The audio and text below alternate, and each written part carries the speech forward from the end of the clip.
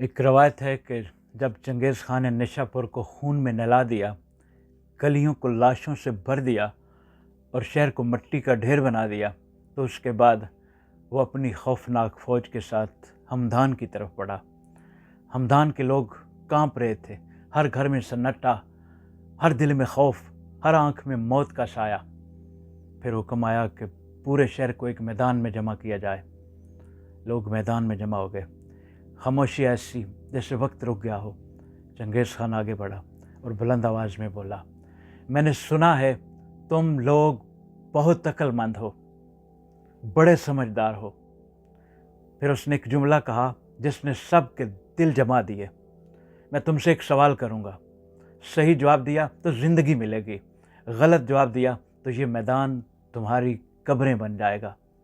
سانسیں رک گئیں اور پھر سوال گونجا، کیا میں خدا کی طرف سے آیا ہوں یا اپنی مرضی سے آیا ہوں؟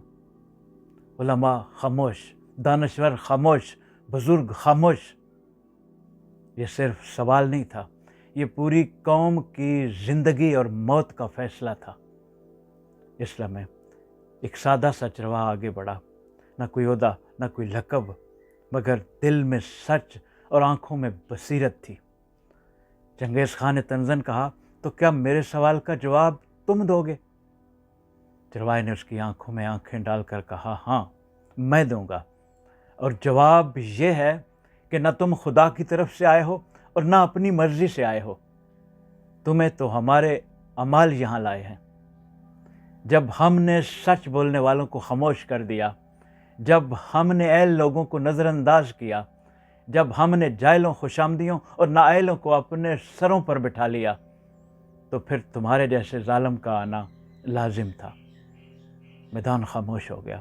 یہ صرف جواب نہیں تھا، یہ پوری قوم کا احتساب تھا۔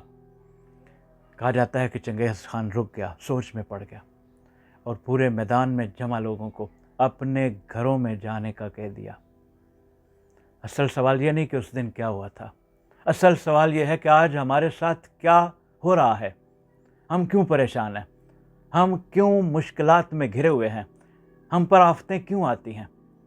سچ یہ ہے کہ آفتیں آسمان سے نہیں اترتی، یہ زمین پر کیے گئے فیصلوں کا نتیجہ ہوتی ہیں۔ جب معاشرہ انصاف چھوڑ دیتا ہے، جب سچ بولنے والے اکیلے رہ جاتے ہیں، جب قابلیت کی جگہ تعلق اور حق کی جگہ مفاد آ جاتا ہے، تو پھر حالات سنورتے نہیں، بگاڑے جاتے ہیں۔ قرآن کا فیصلہ ہے، سورہ الانعام آیت نمبر 129۔ اور اسی طرح ہم ظالموں کو دوسروں پر مسلط کر دیتے ہیں ان کے اعمال کے سبب۔ سوال یہ نہیں کہ ہمارے اوپر کون سی طاقتیں مسلط ہیں، سوال یہ ہے کہ ہم خود کیسے لوگ ہیں۔ سوچئے۔